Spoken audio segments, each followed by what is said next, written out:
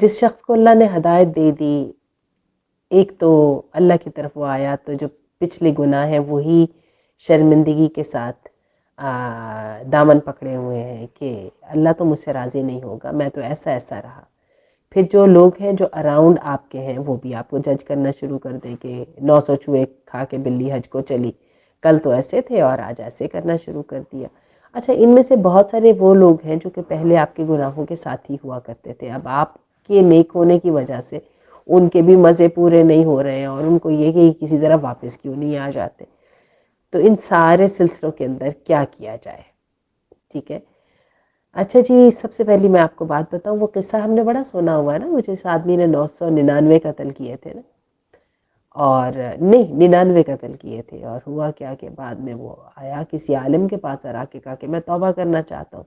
تو عالم نے اس کو یہی کہا کہ توبہ نہیں ہو سکتی، تو اسے 100 بھی قتل کر دیا۔ اس کے بعد پھر پتہ نہیں بیٹھ گیا ہوگا، میں سم ٹائمز آئی امیجن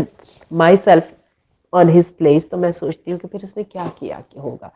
پھر وہ بیٹھ گیا ہوگا مایوس ہو کے، پھر کچھ عرصہ گزر گیا ہوگا، پھر وہ کہے گا کہ نہیں، میں نے جب توبہ کا سوچا تھا تو مجھے توبہ کرنی تھی، میں توبہ کیے بغیر نہیں رہ سکتا، تو میں کوئی اور آپشن ٹرائی کرتا ہوں۔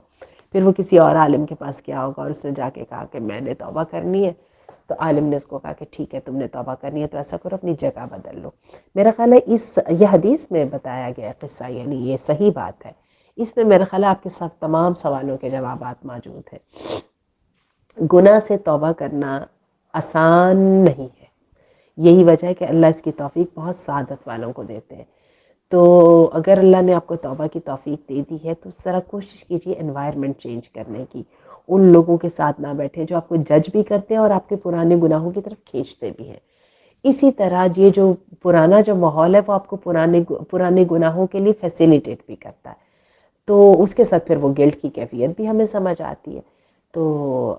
میں آپ کو یہ مشورہ دوں گی، اپنا ماحول بدلیے اور اچھے لوگوں کے ساتھ رہنا شروع کیجیے۔ اچھے لوگوں کے ساتھ رہنے کے ساتھ بہت حوصلہ ہونے لگ جاتا ہے، یہ آسان نہیں ہے،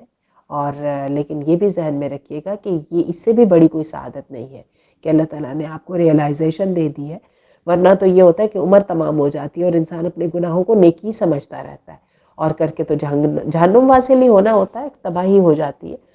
تو یہ بہت بڑا اللہ کا آپ پر احسان ہے کہ آپ کو ماشاءاللہ نہ صرف ریئلائزیشن ہو گئی بلکہ آپ تبدیلی بھی چاہتی ہیں۔ ماحول تبدیل کیجئے، اچھے لوگوں کا ساتھ رکھیے، اور بس استغفار پڑھتی رہیے اور اپنے رب سے کہیے کہ اگر مجھے توفیق دے دی ہے نا توبہ کرنے کی، تو توبہ کو اور ان معاملات کو میرے لیے آسان بھی بنا دے۔